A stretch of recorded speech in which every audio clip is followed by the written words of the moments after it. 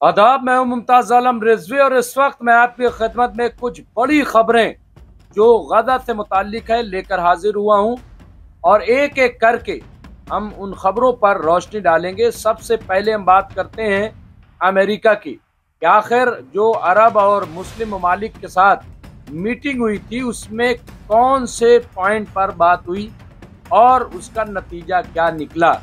तो कुछ पॉजिटिव नतायज देखने को मिल रहे हैं, लेकिन पेच अब भी फंसा हुआ है। सुन लीजिए क्या है कि ट्रम्प ने गाजा जंग के खात्मे के लिए पहले अमेरिकी मंसूबे की नकाबकुशाई की है, यानी उसे ओपन कर दिया है कि क्या है, जिसमें यरगमालियों की रिहाई शामिल है कि जो बंधक हैं उन्हें रिहा किया जाएगा।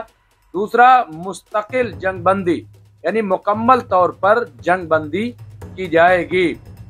इसके अलावा मरहलावार इजरायली अनखला यानी वहाँ जो लोग हैं इजराइल के लोग IDF हैं उनको धीरे धीरे वहाँ से हटाया जाएगा। हमास के बगैर जंग के बाद गजा इंतजामिया यानी जंग के बाद जो है वो हमास वहाँ पे इंतजाम नहीं देखेगी। इसके अलावा एक अरब सिक्योरिटी फोर्स बनाई जाएगी और तामीर नौ के लिए अरब फंडिंग का मुतालबा किया गया है। अब ये बातें हैं। इसके अलावा अरब रहनुमाओं ने इस तजवीज़ की हमायत की, लेकिन बाज़ शराइत पर इसरार किया। कोई इलाहा, कोई बस्ती में तोसी, अल-अक्सा की हैसियत का तहफ़्फ़ुज़ और इंसानी इमदाद में इजाफा। एक तफसीली मनसूबा तैयार किया जा रहा है और नेतन्याहू के साथ बातचीत पीर को होने वाली है। आने वाले मंडे को ये बातचीत होगी। इसमें दो तीन चीज़ें बड़ी इंपॉर्टेंट है जिसका मैं जिक्र करके और अगली खबर की तरफ चलूंगा। पहली चीज़ ये कि हमास को जो हटाने वाली बात है, तो क्या हमास जो है वो जो एक सियासी पॉलिटिकल है जिसकी सरकार अब भी गजा में मौजूद है, जो निगरानी कर रही, हुक्मरानी कर रही है, क्या उसे हटा दिया जाएगा और क्या इस बात पे गजा के लोग और हमास जो है वो राजी हो जाएगी? एक तो ये सवाल है। दूसरा, जहाँ तक कि मांग की गई है, मुतालबा किया गया है फंडिंग के लिए, तो आपको याद होगा कि अरब लीग ने पहले ही 53 मिलियन गजा को देने का ऐलान कर चुकी है। तो इसके बाद ये मुतालबे वाली बात कोई ऐसी बहुत बड़ी बात नहीं है। दुनिया भर के मुसलमान वो गजा की मदद के लिए तैयार हैं, तो इसलिए कोई ऐसा ये इतना इम्पोर्टेंट मसला नहीं है। इसके अलावा अरब सिक्योरिटी फोर्स ये जो बनाने वाली बात है, तो इस पर इत्तेफाक कर लिया जाएगा। और जैसा कि कल हमारे एक एक्सपर्ट में बड़ी अच्छी बात कही राशिद रिजवी ने, उन्होंने कहा कि जो लड़ाके हमास के हैं उन्हें फोर्स में शामिल कर लिया जाए, उन्हें फौजी बना दिया जाए जो लड़ाके हैं। और ये इसलिए मुमकिन है क्योंकि हमने देखा है कि जब सीरिया पर वहाँ जुलानी का कब्जा हो गया, तो जितनी फोर्सेस थी इस तरह से जो लड़ाके थे या जिन्हें बाकायदा अमेरिका ने आतंकवादी घोषित कर रखा था, उन्हें फोर्स मिलिट्री का हिस्सा बना लिया गया। तो क्या इन्हें मिलिट्री का हिस्सा नहीं बनाया जा सकता? इन्हें भी मिलिट्री का हिस्सा बनाया जा सकता है।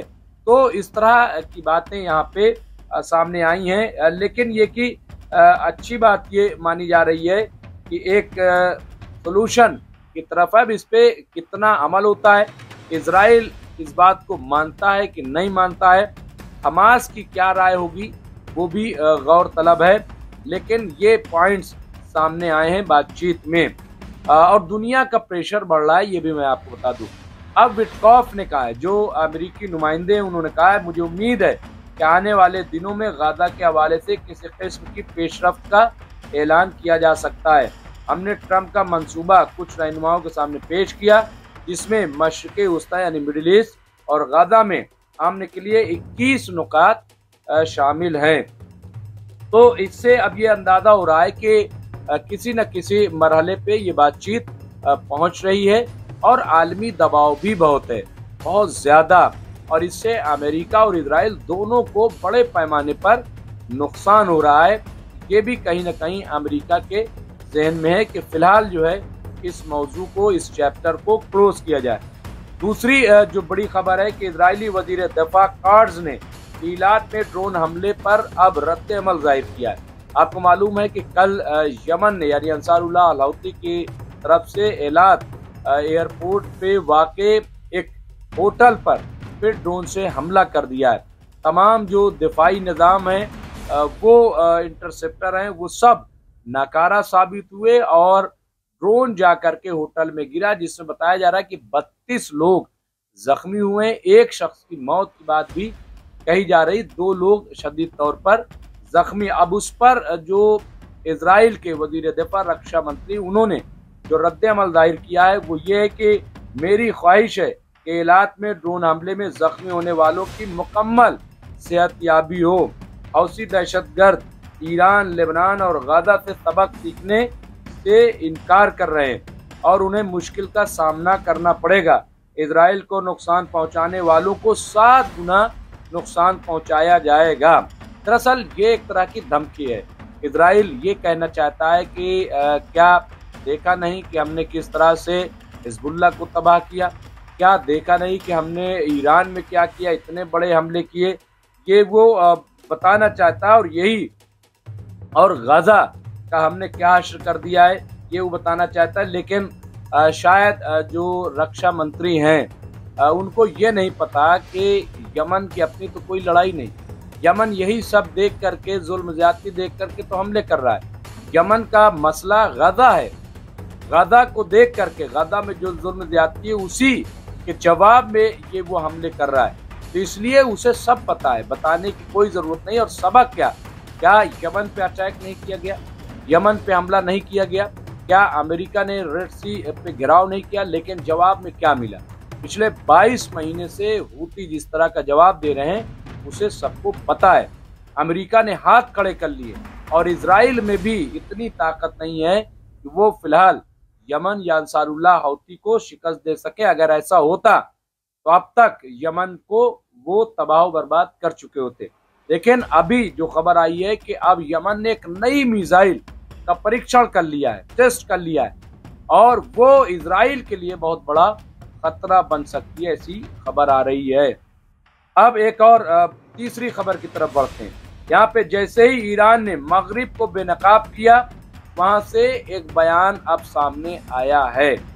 यहाँ पे आप देखिए कि किस तरह से ईरान जो है वो मुस्तकिल, भले ही असलहे की सतह पर जंग ना हो, लेकिन वो मुस्तकिल जंग में गाजा में शामिल है।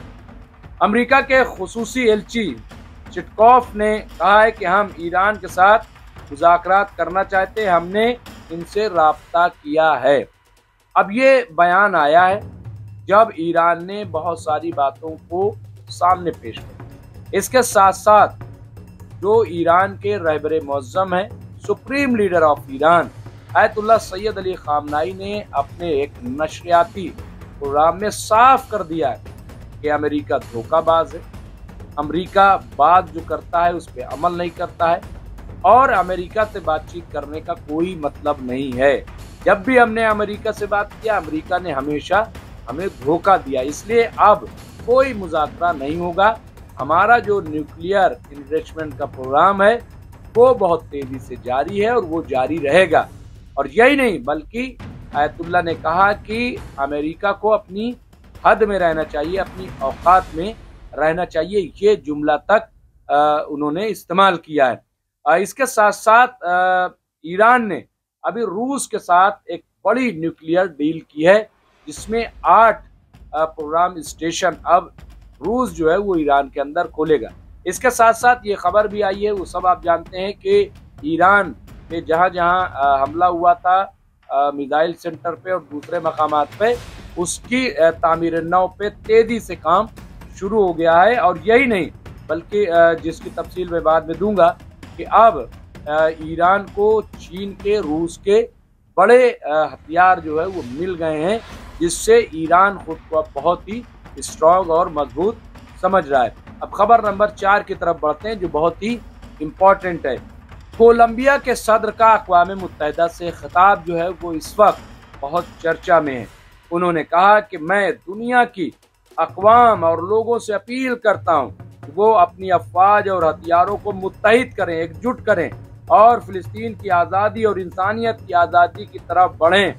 यानी अब बयानबाजी से काम नहीं चलेगा, अब हमें मुत्तहिद होकर के, एकजुट होकर के और इजराइल का मुकाबला करना पड़ेगा और फिलिस्तीन को बचाना पड़ेगा, ये उन्होंने कहा। उन्होंने मजीद कहा कि वो न सिर्फ गाजा पर बमबारी कर रहे हैं बल्कि हम सबको धमकियां दे रहे हैं। यानी ऐसा नहीं है कि वो गाजा पे सिर्फ बमबारी कर रहे हैं, गाजा के लोगों को मार रहे हैं, बल्कि दुनिया को धमका रहे हैं वो कि कोई अगर बोलेगा तो ये कर देंगे, कोई ये करेगा तो ये कर देंगे।